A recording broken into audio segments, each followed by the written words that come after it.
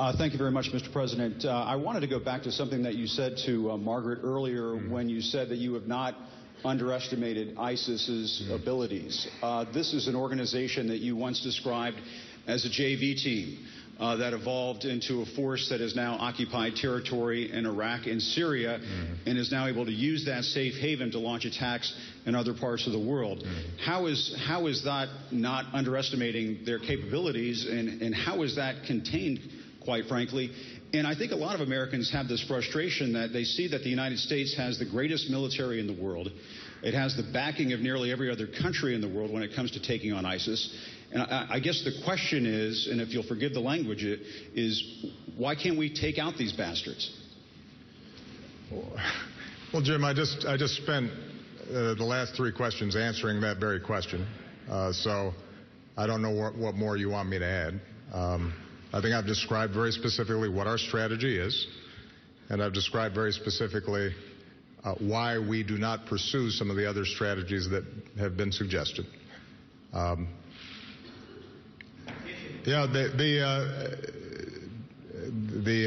This is not, as I said, a traditional military opponent. We can retake territory, and as long as we leave our troops there, we can hold it. But that does not solve the underlying problem of eliminating the dynamics that are producing these kinds of violent extremist groups. And so we are going to continue to pursue the strategy that has the best chance of working, even though it does not offer the satisfaction, I guess, of a neat headline or an immediate resolution. And part of the reason, as I said, Jim, is because there are costs to the other side. I just want to remind people, this is not an abstraction.